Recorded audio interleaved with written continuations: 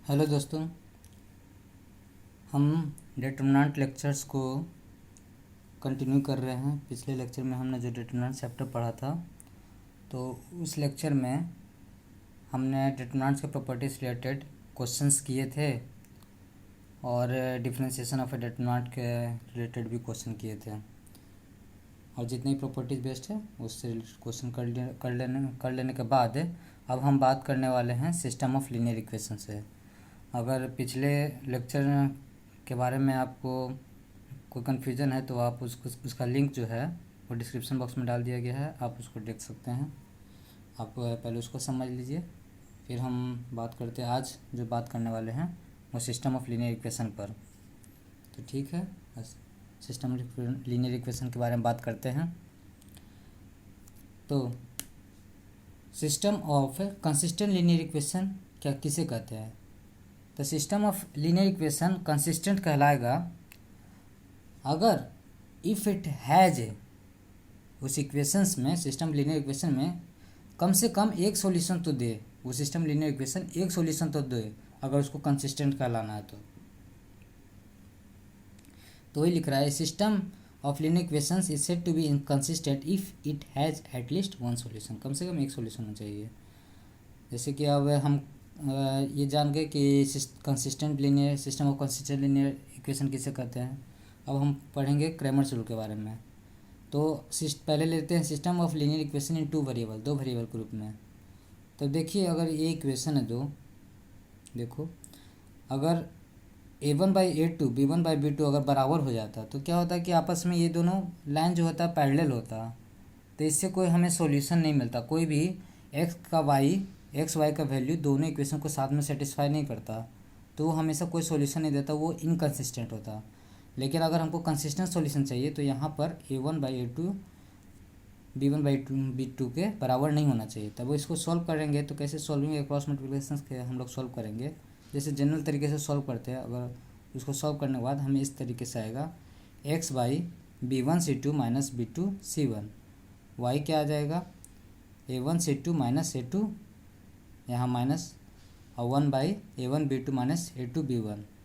ठीक है, आप उसको डिटर्मिनेंट की फॉर्म में लिख सकते हैं इस तरह, x b1c1 b2c1 c2 a1c1 a2c2 a1b1 a2b2। ठीक है, तो ये मेरा जो मिला एक यूनिक सॉल्यूशन मिला। अगर दो वेरिएबल में है तो ये मेरा कंसिस्टेंट सॉल्यूशन दिया, इससे एक सॉल्यूशन मिला। ठीक है, ये system of linear equation in two variables का हम बात कर रहे थे। अब हम बात करेंगे system of linear equation in three variables के बारे में। ठीक है, तो अब system of linear equation in three variables के बारे में बात कर रहे हैं। तो हम एक ऐसा सिस्टम ले रहे हैं जिसमें लीनियर इक्वेशन थ्री वेरिएबल का तीन इक्वेशन ले लिए। जो मेरा है a1x + b1/c1z = d1 के बराबर। उसी तरह a2x + b2/c2z = d2 के बराबर। a3x + b3y + c3z d3 के बराबर। तो जो मेरा डिटर्मिनेंट बनेगा यहाँ पर वो एक्स वाई जेड के कोफिशिएंट से बनेगा। तो a1 b1 c1 a2 b2 c2 a3 b3 c3। और डिटर्मिनेंट वन जो बनेगा, हम इसका कैसे एक सॉल्यूशन निकाल रहे हैं वो हम उसके बारे में बात कर रहे हैं, एक्स वाई जेड। तो क्रैमर्स रूल के अनुसार हम कैसे निकालते हैं, तो पहले डिटर्मिनेंट ले लेना है एक्स वाई जेड के कोफिशिएंट का। फिर डिटर्मिनेंट ऑफ डेल्टा वन लेना है, वो कैसे, a1 a2 a3 को पहले हम d1 d2 3 से रिप्लेस कर देंगे और फिर सिमिलरली जैसे इसको किए वैसे ही कर लेंगे। तो d1 d2 d3 b1 b2 b3 और यहाँ c1 c2 c3, तो यहाँ भी c1 c2 c3। अगर डेल्टा टू निकालना तो d1 d2 d3 को b1 b2 b3 से रिप्लेस कर देंगे, बाकी हो जाएगा फिर a1 a2 a3, यहाँ पर a1 a2 a3, यहाँ पर हम रिप्लेस कर दें तो d1 d2 d3 आ गया। उसी तरह c1 c2 c3। अगर डेल्टा थ्री निकालना तो a1 a2 a3 बस ही रहने देंगे, b1 b2 a3 ऐसे, और d1 d2 d3 को जेड के कोफिशिएंट से रिप्लेस कर देंगे। तो यहाँ हो जाएगा a1 a2 a3 b1 b2 b3, और ये जेड के कोफिशिएंट से रिप्लेस किए तो ये d1 d2 d3। ये हो गया मेरा क्रैमर्स। ये अब इन चारों की मदद से हम एक्स वाई जेड निकालेंगे। अगर मेरा लेट डिटर्मिनेंट अगर जीरो के बराबर नहीं है, ठीक है, तो लैम्डा वन मेरा ये इसके बराबर है d1 b1 c1 d2 b2 c2 d3 b3 c3। d1 किसके बराबर है, तो a1 x + b1 y + c1 z के बराबर है। D2 किसके बराबर है, तो A2x plus B2y plus C2z, उसको लिख लिया। D3 किसके बराबर है, A3x plus B3y plus C3z बराबर है। अब इसको हम क्या करेंगे, इसको हम सिंप्लीफाई कर सकते हैं कैसे, तो B1 को अगर हम y से मल्टीप्लाई करेंगे, C1 को अगर ये कॉलम 2 को हम y से मल्टीप्लाई करेंगे, 3 को z से मल्टीप्लाई करेंगे और फिर कॉलम 1 में सब्ट्रैक्ट कर देंगे, तो बचेगा क्या, A1x बचेगा, B1y C1z कैंसिल हो जाएगा, इसमें B2y C2z कैंसिल हो जाएगा, इसमें B3y C3z कैंसिल हो जाएगा, तो बचेगा क्या, A1x A2x A3x। अब जानते हैं कि x कॉमन है, तो हमने प्रॉपर्टी में पढ़ा था कि अगर ऐसा हो तो वो क्या हो जाएगा, जो कॉमन चीज़ है उसको बाहर निकाल देना और वो मल्टीपल ऑफ बन जाएगा क्या, multiply of A1 A2 A3 B1 B2 B3 C1 C2 C3 है, जो कि ये डिटर्मिनेंट है, तो बन जाएगा क्या, x टाइम ऑफ डेल्टा। तो मेरा x की यहाँ से क्या निकल जाएगा, x निकल जाएगा डेल्टा 1 बाई डेल्टा। तो इस तरीके से हम x निकाल सकते हैं। तो हमारा x निकल गया डेल्टा 1 बाई डेल्टा। अगर हम डिटर्मिनेंट मेरा 0 बराबर नहीं होना चाहिए, ये कंडीशन इंपॉर्टेंट है। उसी तरह डेल्टा 2 क्या किसके बराबर हो जाएगा, y इंटू डेल्टा के बराबर। डेल्टा 3 किसके बराबर हो जाएगा, z इंटू डेल्टा के बराबर हो जाएगा।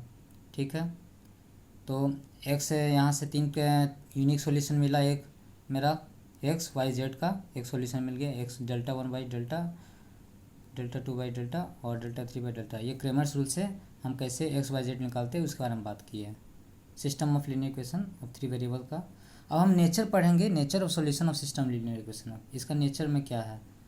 ठीक है, अगर डिटर्मिनेंट 0 के बराबर नहीं था तो हमें मालूम, डिटर्मिनेंट 0 बराबर नहीं था तो हमें x y z कैसे निकालना वो को मालूम है, तो वैसे सिस्टम ऑफ इक्वेशन को हम कहेंगे यूनिक सॉल्यूशन मिला।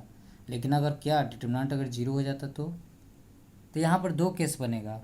अगर डिटर्मिनेंट 0 है तो एटलीस्ट डिटर्मिनेंट 0 है तो उससे दो केस बनेगा कि अगर एटलीस्ट डेल्टा 1 और डेल्टा 2 डेल्टा 3 कोई एक, तीनों में से कोई भी एक, तीनों में से कोई एटलीस्ट कोई भी एक मेरा अगर नॉन जीरो है या एक से ज़्यादा नॉन जीरो है, तो उस केस में क्या होगा कि हमें कोई सॉल्यूशन नहीं मिलेगा। वो क्यों नहीं मिलेगा, तो हम देखेंगे कि डेल्टा 1 मेरा अगर नॉन डेल्टा 1 या डेल्टा 2 डेल्टा 3 में कोई भी एक नॉन जीरो है, तो अगर डेल्टा 1 नॉन जीरो है और हम जानते हैं कि यहाँ पर डिटर्मिनेंट डेल्टा 0 है, तो क्या हो जाएगा, x इंटू डेल्टा हो जाएगा, क्या हो जाएगा, x इंटू डेल्टा, डेल्टा 1 के बराबर हो जाएगा। डेल्टा 1 मालूम है कि 0 है, आइए डेल्टा 1 नॉन जीरो के बराबर है, ये कोई एक अगर नॉन जीरो है और डेल्टा यहाँ मालूम है कि ये 0 है, तो x के किसी वैल्यू के लिए कंडीशन सेटिस्फाई होगा, नहीं होगा।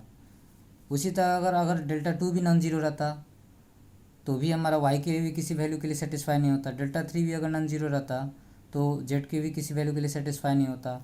तो वैसे केस में क्या होगा कि अगर डेल्टा 0 है और delta 1 delta 2 delta 3 non zero है, तो कोई भी सॉल्यूशन कोई भी x y z के लिए हमारा वो इक्वेशन से ये सेटिस्फाई नहीं करेगा, तो हमें कोई सॉल्यूशन नहीं मिलेगा।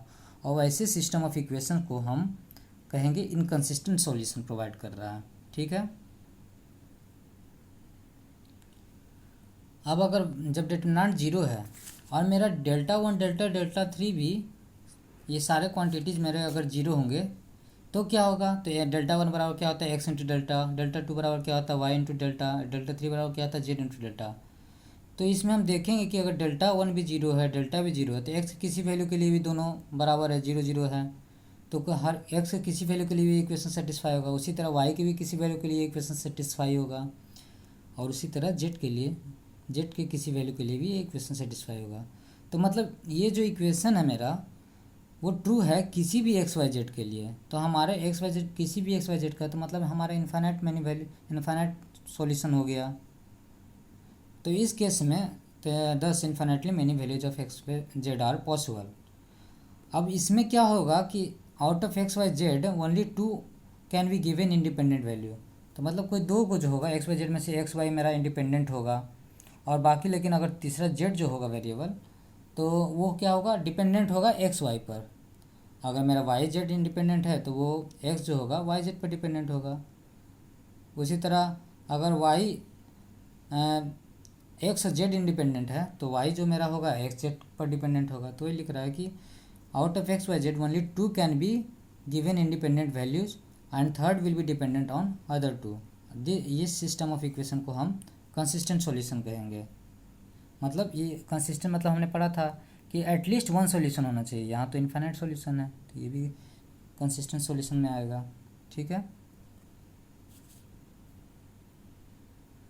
अब हम नेक्स्ट इसके बारे में, नेक्स्ट जो चीज़ है जिसके बारे में हम बात करने वाले हैं वो है कंडीशंस पता करने के लिए कि consistency of three linear equation in two unknown. जब हमारे पास दो ही अननोन है और तीन इक्वेशन है तो उस केस में कंसिस्टेंसी का कंडीशन क्या बनता है।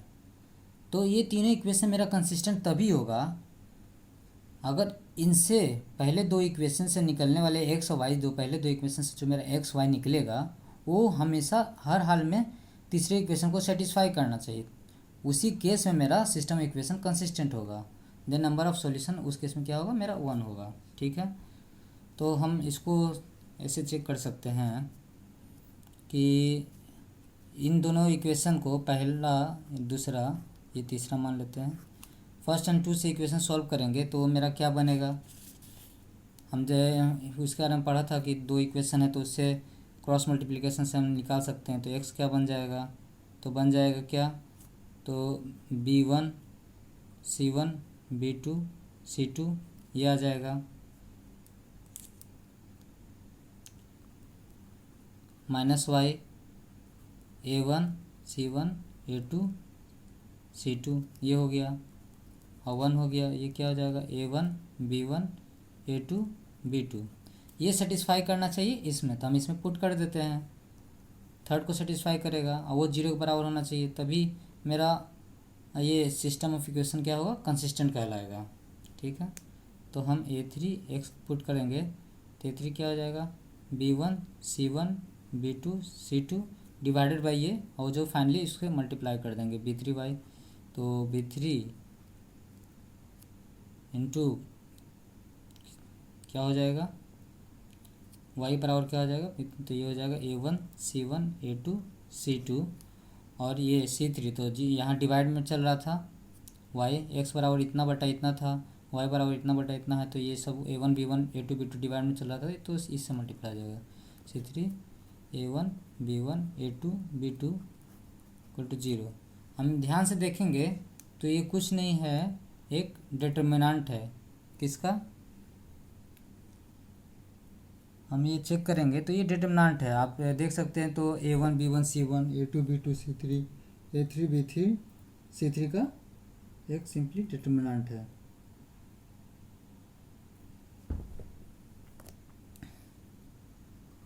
a1 b1 c1 a2 b2 c2 a3 b3 c3, इसका डिटर्मिनेंट है 0, 0 बराबर होना चाहिए, यानी कि मेरा क्या होना चाहिए, डिटर्मिनेंट 0 के बराबर।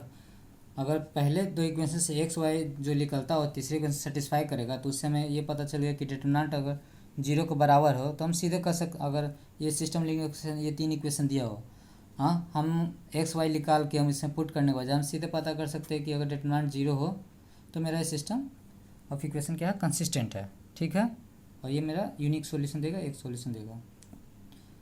आप ये चीज़ को, ये जो है ध्यान से देखेंगे तो एक्सपेंड किया हुआ है थर्ड रो के अराउंड, तो a3 जो होगा वो क्या होगा, b1 c1 b2 c2, b3 होगा क्या होगा, a1 c1 a2 c2, फिर ये c3 के चलते क्या होगा, a1 b1 a2 b2, तो है ना, तो ये चीज़ हुआ।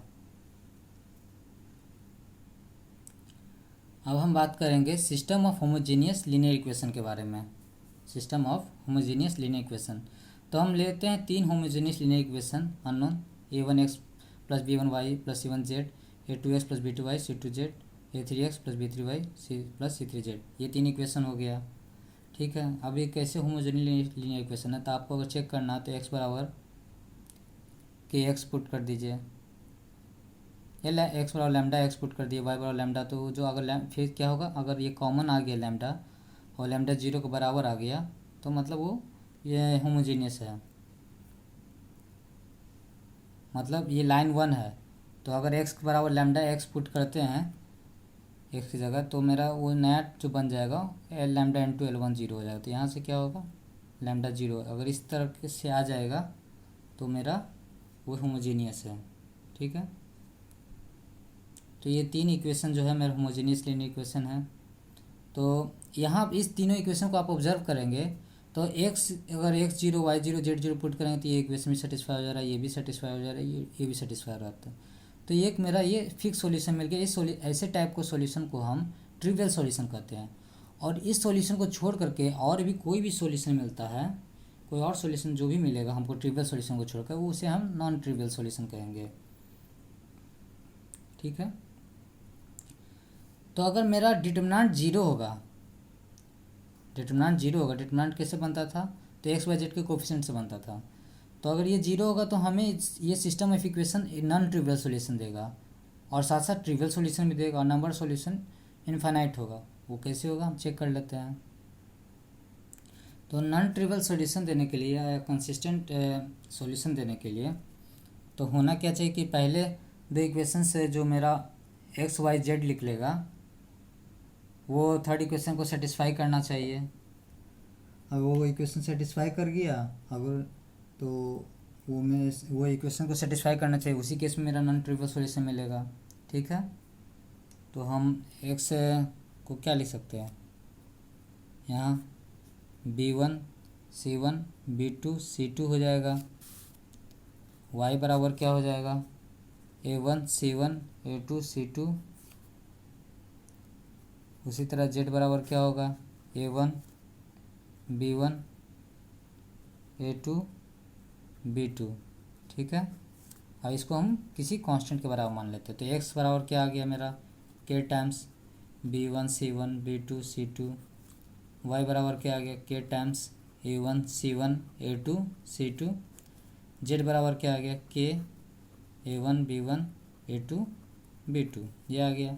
हम थर्ड इक्वेशन में पुट करेंगे तो उसको सेटिस्फाई करना चाहिए, तो हम पुट करते हैं थर्ड इक्वेशन में। तो क्या था, a3 इंटू के into b1 c1 b2 c2 plus b3 के a1 c1 a2 c2 plus c3 z क्या है, k into a1 b1 a2 b2। ये जीरो के बराबर होना चाहिए, और यहाँ क्या आ जाएगा, ये माइनस होगा।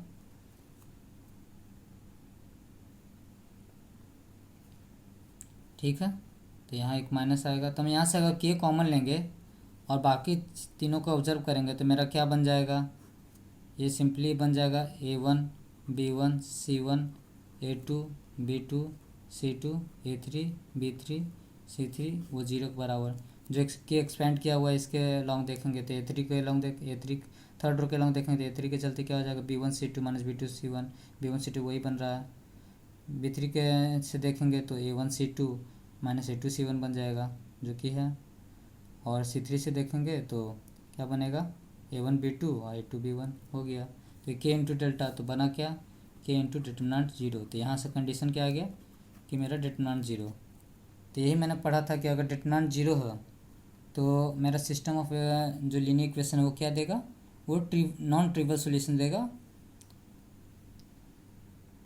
नॉन ट्रिवियल सॉल्यूशन देगा और साथ साथ ट्रिवियल सॉल्यूशन देगा। तो मेरा जो यहाँ से सॉल्यूशन मिलेगा वो इनफाइनाइट सॉल्यूशन मिलेगा। ठीक है। क्योंकि x बराबर जो है तो x के किसी वैल्यू के लिए मेरा x चेंज होते रहेगा, y का डिफरेंट वैल्यूज मिलेगा, z का डिफरेंट वैल्यूज मिलेगा, तो इनफाइनाइट सॉल्यूशन हो जाएगा। अब हम ये कंडीशन सारे पढ़ लिए, सिस्टम लीनियर इक्वेशन के बारे में हमने जब पढ़ लिया है तो अब इससे रिलेटेड हम कुछ क्वेश्चन सॉल्व कर लेते हैं। उन क्वेश्चन को समझेंगे, उन क्वेश्चन को सॉल्व करेंगे तो ये जो हमने बात की है सिस्टम लीनियर इक्वेशन के बारे में, जो हमने बात की सिस्टम ऑफ ये सबसे पहले किसके बारे में बात किए थे, सिस्टम ऑफ लीनियर इक्वेशन में कंसिस्टेंट लीनियर इक्वेशन किसे कहते हैं। फिर क्रैमर्स रूल के बारे में बात किया था हमने। फिर हमने चेक किया कि condition for consistent of three linear equation अगर दो अननोन के साथ है तो क्या होगा, वो हमने चेक किया।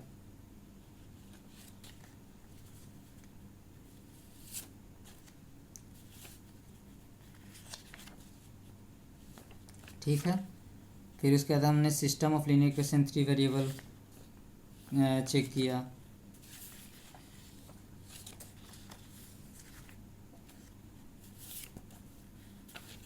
अब उस और आखिरी में हमने क्या पढ़ा, आखिरी में हमने system of homogeneous linear equations के बारे में पढ़ा। अब हम कुछ क्वेश्चन सॉल्व करते हैं जिससे आपको इससे रिलेटेड कोई भी डाउट नहीं रहेगा सिस्टम ऑफ लीनियर इक्वेशन से, ठीक है।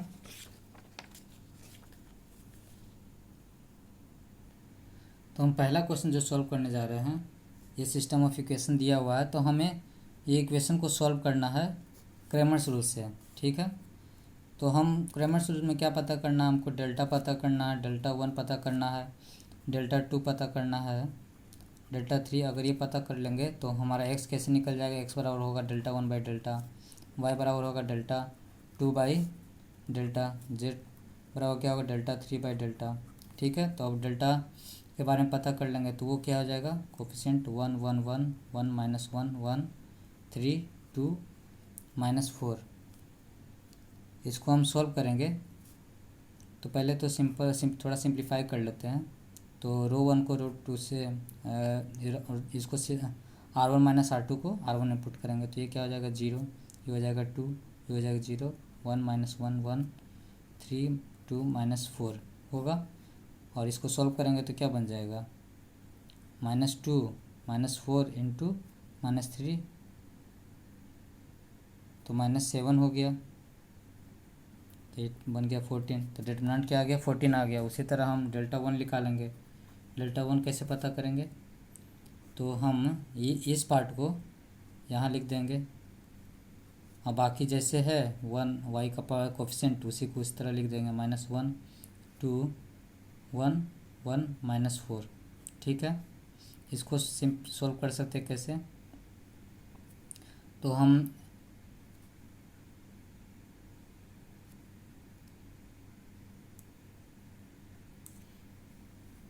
इसको एक्सपेंड कर देते हैं पहले रो के लॉन्ग एक्सपेंड कर देते हैं तो क्या बन जाएगा 6 इंटू 4 माइनस 2, ये हो गया 2, फिर -1 इंटू -8 माइनस ऑफ -5 तो -8 प्लस 5 हो जाएगा तो ये -3 हो जाएगा। और ये क्या होगा 1 + 1, ये हो जाएगा 4 4 माइनस 5 -1 हो गया तो ये क्या बन गया 8 + 3 11, 11 में से बन गया 10।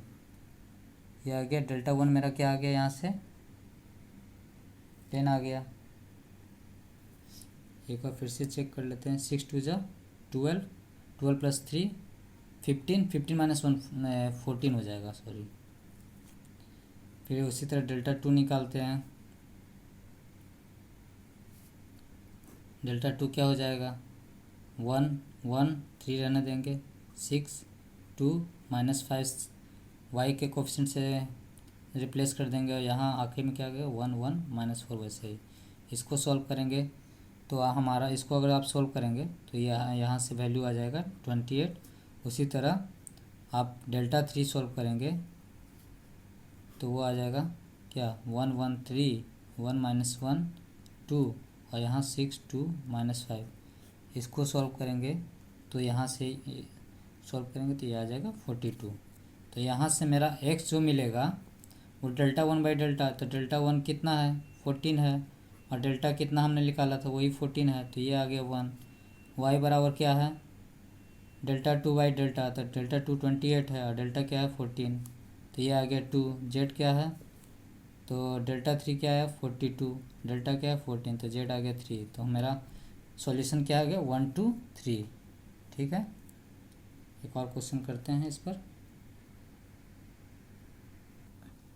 तो नेक्स्ट क्वेश्चन जो करने जा रहे हैं ये है for what values of p and q the system of equation जो है नो सॉल्यूशन प्रोवाइड करेगा, यूनिक सॉल्यूशन प्रोवाइड करेगा, इनफाइनाइटली मेनी सॉल्यूशन प्रोवाइड करेगा, ठीक है। तो हमें इतना तो मालूम है कि यूनिक सॉल्यूशन कब मिलेगा। पहले तो ये सिस्टम ऑफ इक्वेशन लिख लेते हैं। तो 2x + py + 6z x + 2y + qz x + 3y + 3z = 4, यहाँ ये है = 5 = 8। तो इससे मेरा डिटरमिनेंट क्या बनेगा 2 1 1 p 2 1 6 q 3। इसको सॉल्व करेंगे इसको सॉल्व करेंगे तो ये बन जाएगा इक्वेशन आपका 2 minus P into 3 minus Q बन जाएगा। ठीक है, अब यूनिक सॉल्यूशन के लिए क्या होना चाहिए, क्रेमर्स रूल से हम अगर देखें, क्रेमर्स रूल में पढ़ा था हमने कि अगर यूनिक सॉल्यूशन चाहिए तो मेरा डिटरमिनेंट जो है वो नॉन जीरो होना चाहिए। अगर नॉन जीरो कब होगा, पी 2 के बराबर नहीं होना चाहिए, क्यू 3 के बराबर नहीं होना चाहिए। तो इस केस में हमें क्या मिलेगा, यूनिक सॉल्यूशन मिलेगा, यूनिक सॉल्यूशन।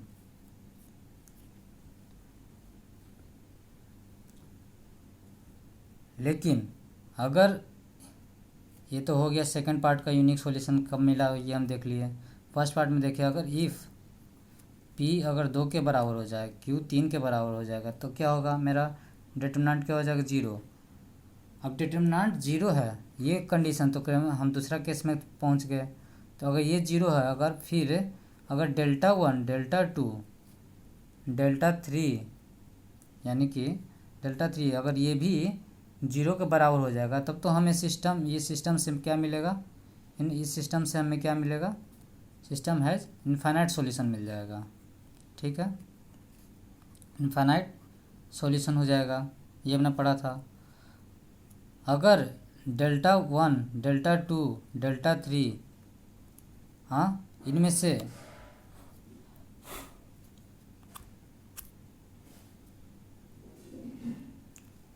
अगर डेल्टा 1 डेल्टा 2 और डेल्टा 3 में से इनमें से कोई भी एक वैल्यू अगर नॉन जीरो के बराबर हो जाता है तो उससे हमें क्या मिलेगा, सिस्टम हैज़ नो सॉल्यूशन। तो यहाँ इससे मिलेगा सिस्टम हैज़ नो सॉल्यूशन।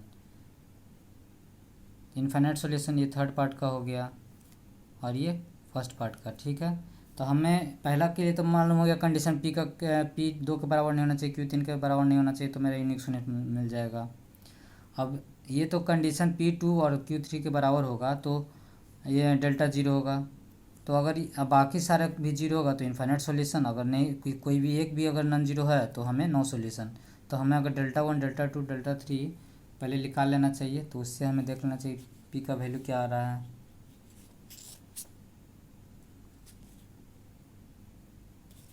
तो हम डेल्टा 1 निकालेंगे सबसे पहले।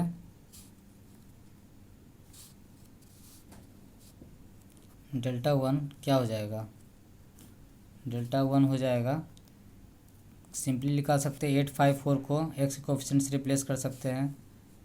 तो 85 तो यहाँ जाएगा 854, बाकी सब वैसे ही रखेंगे, P2 1 6 Q3। इसको आप सॉल्व करेंगे तो फर्स्ट रो के लॉन्ग अगर सॉल्व करेंगे तो 8 इंटू क्या हो जाएगा, 6 minus Q minus P 15 minus 4Q, ये हो जाएगा क्या, 6 इंटू 5 माइनस 8, तो 5 माइनस 8 माइनस 3 हो गया। तो इसको और सॉल्व करते हैं, 48 में से 18 गया तो क्या हो गया, 30 हो गया, माइनस 8Q माइनस 15P, ये हो गया 4PQ। तो इसको ये बन जाएगा क्या, P minus 2 into 4Q minus 15, 15 to 13, P 4PQ हो गया, माइनस 15P और माइनस 8Q। ठीक है, उसी तरह हम डेल्टा 2 भी निकाल लेते हैं। तो डेल्टा 2 क्या हो जाएगा, हम XYZ जो है उसके जगह ये 2 1 1 रहने देंगे और 854 को सेकंड कॉलम से रिप्लेस कर देंगे और यहाँ 6Q3। इसको सॉल्व करेंगे तो मेरा क्या आ जाएगा, तो हम इसको सिंप्लीफाई कर सकते हैं ऐसे,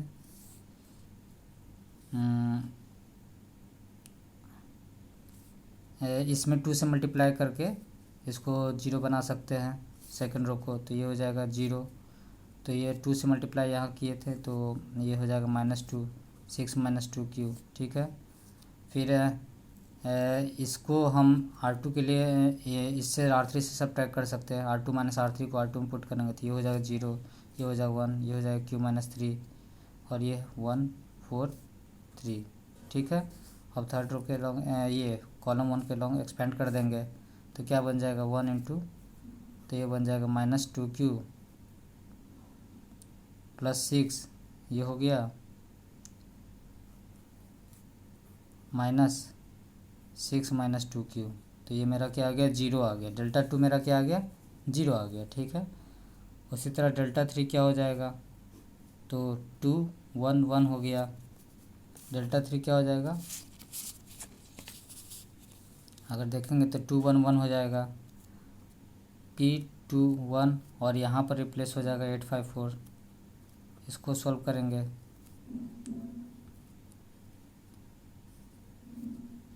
तो सिंपली एक्सपेंड कर देते हैं 2 8 - 5 हो जाएगा,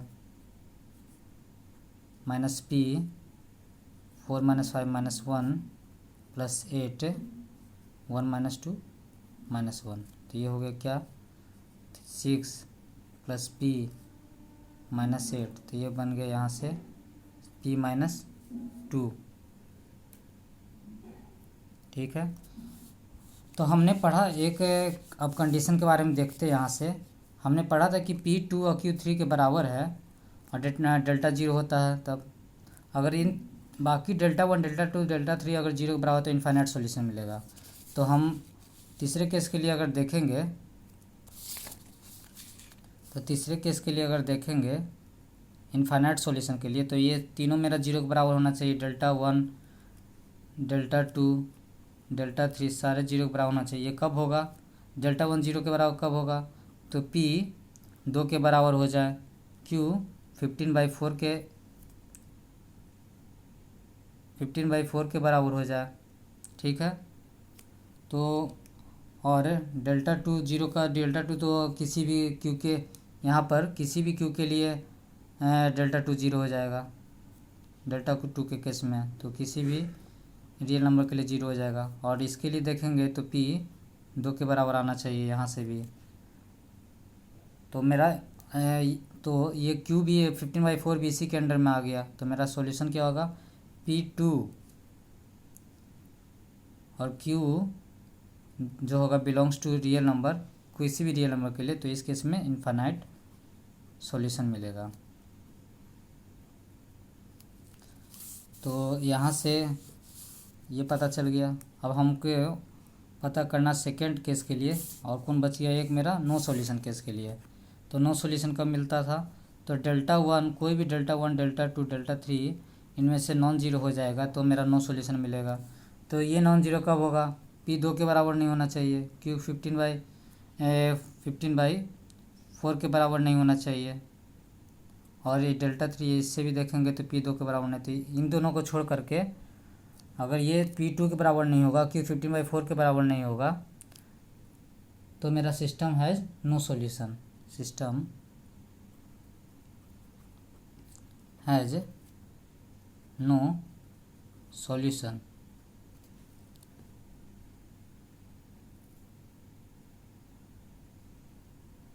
तो नो सॉल्यूशन के लिए फाइनली हमारा क्या कंडीशन बन गया, हम यहाँ से देखा था हमने कि P2 और Q3 के लिए जब मेरा डेल्टा 0 हो जाता है, हाँ P2 Q3 के लिए डेल्टा 0 हो जाता है, और ये बाकी पार्ट में से कोई भी दो अगर नॉन जीरो के बराबर है तो सिस्टम नो सॉल्यूशन देगा। तो यहाँ से Q 3 के बराबर हो जाता है तब भी मिल जाएगा। तो फाइनल सॉल्यूशन क्या है, ये मेरा इस कारण इससे भी हमें सिस्टम है नो सॉल्यूशन मिल जाएगा। ठीक है, नेक्स्ट क्वेश्चन करेंगे। अब हम एक चीज़ और ध्यान देंगे, यहाँ जो P2 और Q3 आया, ये या तो दोनों में से कोई होना चाहिए। अगर P2 के बराबर हो जाएगा तो भी मेरा डिटरमिनेंट 0 हो जाएगा, Q3 के बराबर होगा तो भी 0 हो जाएगा। तो इन दोनों में से कोई एक फुलफिल होना चाहिए। तो हमने देखा यहाँ से कि हमें ये इनफाइनाइट सॉल्यूशन केस में P2 के बराबर पर हम डिटरमिनेंट 0 हो जा रहा था, और डेल्टा 1 डेल्टा 2 डेल्टा 3 कब 0 हो जा रहा था, तो किसी भी Q के किसी भी रियल नंबर के चलते 0 हो जा रहा था। तो मेरा इनफाइनाइट सॉल्यूशन। लेकिन अगर हम इस केस में देखेंगे तो पी जब 2 के बराबर नहीं है तभी मेरा डेल्टा 1 और डेल्टा 3 नॉन जीरो के बराबर है, डेल्टा 2 तो जीरो के बराबर है। तो पी जब 2 के बराबर नहीं है तो मेरा डेल्टा 1 डेल्टा 3 जीरो के बराबर नहीं होगा, ठीक है। और q इक्वल टू 3 जब होगा तो ही मेरा डेल्टा 0 हो जाएगा। तो ये वाला केस नहीं, हम इस केस में क्या होगा, नो सॉल्यूशन केस में q 3 के बराबर होगा तब डेल्टा 0 होगा। हाँ, p 2 के बराबर नहीं होगा तो ये मेरा p 2 के बराबर के चलते तो ये डेल्टा 0 नहीं होगा, सिर्फ q इक्वल टू 3 के चलते होगा। तो मेरा सॉल्यूशन क्या होगा, q इक्वल टू 3 हो जाएगा। और p जो है यहाँ से देखेंगे हम तो q 3 के चलते जो है, q इक्वल टू 3 के चलते मेरा डिटरमिनेंट क्या हो जा रहा है, 0 हो जाएगा। और p जब 2 नॉन इक्वल टू 2 है तो मेरा डेल्टा 1 और डेल्टा 3 नॉन जीरो हो जा रहा है। अगर हम यहाँ p जब 2 के बराबर नहीं है तो मेरा उसके चलते डिटरमिनेंट 0 नहीं होगा, सिर्फ q इक्वल टू 3 के चलते होगा, ठीक है। तो उस केस में मेरा आंसर क्या हो जाएगा, q3 और p 2 के बराबर नहीं होना चाहिए। तो इस केस में मेरा सॉल्यूशन नो सॉल्यूशन मिलेगा, ठीक है। एक आखिरी क्वेश्चन आप कर लेते हैं, अगर कोई डाउट है तो उसको आप कमेंट सेक्शन में लिख सकते हैं। तो नेक्स्ट क्वेश्चन जिसका हम बात कर रहे हैं, तो हम इस क्वेश्चन में लिख रहा है, फॉर व्हाट वैल्यूज ऑफ के the following system of equation possesses a non trivial solution और द सेट ऑफ रेशनल्स। ये इक्वेशन हो गया दूसरा इक्वेशन, थर्ड इक्वेशन। तो नॉन ट्रिवियल सॉल्यूशन कब मिलता है, जब मेरा डिटरमिनेंट 0 के बराबर हो जाता था। तो ये क्या हो जाएगा, 1 के 3 1 माइनस 2 3 माइनस 4, ये 0 के बराबर हो जाएगा तो मुझे नॉन ट्रिवियल सॉल्यूशन मिल जाएगा। इसको सॉल्व करेंगे तो 1 इंटू -4 + 6 हो जाएगा, माइनस के -12 -4 तो ये +4, फिर +3 9 - 2 7, ये हो गया। तो यहाँ से क्या आ गया, 2 + 8k + 21 तो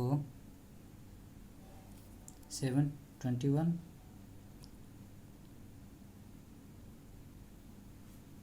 तो यहाँ से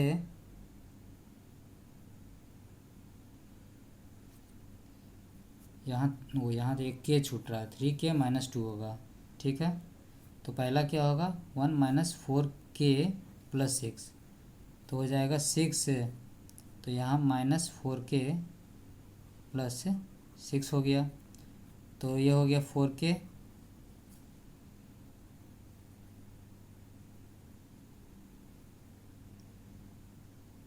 और इसके और यहाँ क्या होगा, इसके चलते तो ये हो गया। और यहाँ पर 9 माइनस से ये 9 - 2k हो जाएगा, 9 - 2k = 0। तो 27 - 6k = 0। तो ये हो गया 8k - 10k कितना हो जाएगा, तो -2k + 33 = 0। तो यहाँ से k आ जाएगा 33/2 आ जाएगा। अब के जब 33/2 आ गया तो इससे नॉन ट्रिवियल सॉल्यूशन में केस में क्या होगा, जब डिटरमिनेंट 0 के केस में नॉन ट्रिवियल सॉल्यूशन मिलता है और उस केस में मेरा इनफाइनाइट सॉल्यूशन होता है। तो एक्स वाई किस XYZ के लिए मिलेगा वो, तो हमें सॉल्यूशन फाइंड करना है इसके के लिए, तो वो हम फाइंड कर लेते हैं। इक्वेशन को ये लिख लेंगे तो ये हो जाएगा, ये के 33/2 पुट कर देंगे इस पर, तो हो जाएगा 2x + 33y + 3z = 0। 3x तो ये 6x हो जाएगा, प्लस 33y - 4z = 0, यहाँ भी 6z हो जाएगा, ठीक है। और आखिरी 2x + 3y - 4z = 0 है। तो अगर हम, ये पहला इक्वेशन है, ये सेकंड है, ये थर्ड है, तो अगर हम फर्स्ट माइनस थर्ड करेंगे तो क्या आ जाएगा, 1 - 3 करेंगे तो यहाँ ये दे देगा मेरा 2x कैंसिल हो जाएगा, तो ये हो जाएगा 30y - +10z हो जाएगा। तो यहाँ से जो मिलेगा मेरा सॉल्यूशन होगा 3y + z = 0 आ गया, ठीक है। तो हम अगर y को कोई भी रियल नंबर ले लेते हैं तो z मेरा क्या आ जाएगा, यहाँ से y को कोई भी रियल नंबर लेते हैं, y बराबर हम कोई लैम्डा वैल्यू ले लेते हैं जो कि रियल नंबर है। ठीक है, तो ये क्या हो जाएगा, z बराबर -3 लैम्डा। ठीक है, अब z इक्वल टू 0। अब इस इक्वेशन में पुट करके x भी निकाल लेते हैं, तो x क्या हो जाएगा, 2x प्लस 33y, तो 33 लैम्डा 6z, z क्या है माइनस, तो -18 लैम्डा इक्वल टू 0। तो यहाँ से x कितना, 33 में से 15, तो x बराबर आ गया -15/2 लैम्डा आ गया। तो मेरा सॉल्यूशन जो बनेगा क्या बनेगा, हेंस सॉल्यूशन जो बन जाएगा x -15 2 लैम्डा, y लैम्डा और z -3 लैम्डा जो होगा, और जहाँ लैम्डा क्या है रियल नंबर। तो k इक्वल टू 33 के लिए मेरा एक सॉल्यूशन ये आ गया। तो ये मेरा इन्फाइनाइट लैम्डा का वैल्यू हम चेंज करते रहेंगे तो उसे मेरा अलग अलग x y z मिलते जाएगा। तो ये मेरा इन्फाइनाइट सॉल्यूशन प्रोवाइड कर रहा है। तो इसी क्वेश्चन के साथ इस टॉपिक को हम डिटरमिनेंट चैप्टर मेरा ख़त्म होता है। तो डिटरमिनेंट चैप्टर में जितने भी चीज़ के बारे में बात करना था हमने बात कर लिया है। अगर आपको लगता है कि इस डिटरमिनेंट टॉपिक पर अगर किसी भी तरह का आपको डाउट है या इस तीनों लेक्चर में आपको समझने में कहीं भी दिक्कत हुआ तो आप उसको लिखिए, उसको मैं क्लैरिफाई करूँगा। और आगे जाके मैं इस पर एक ढेर सारे क्वेश्चन भी करेंगे। जब मेरा मैट्रिसेस डिटरमिनेंट जब मेरा दोनों ख़त्म हो गया है तो इस पर एक बहुत सारे क्वेश्चंस करेंगे जो कि अच्छे क्वेश्चन होंगे और आईआईटी लेवल के होंगे। अगर आप उस क्वेश्चन को अच्छे से समझेंगे तो आप अगर खुद से जाके प्रीवियस ईयर क्वेश्चन को अटैम्प्ट करेंगे तो आप उसको इजीली अटैम्प्ट कर सकते हैं। तो इस लेक्चर को उसी के साथ हम यहीं फिनिश करते हैं। हम आगे मिलते हैं कोई नए टॉपिक के साथ। ठीक है, थैंक यू।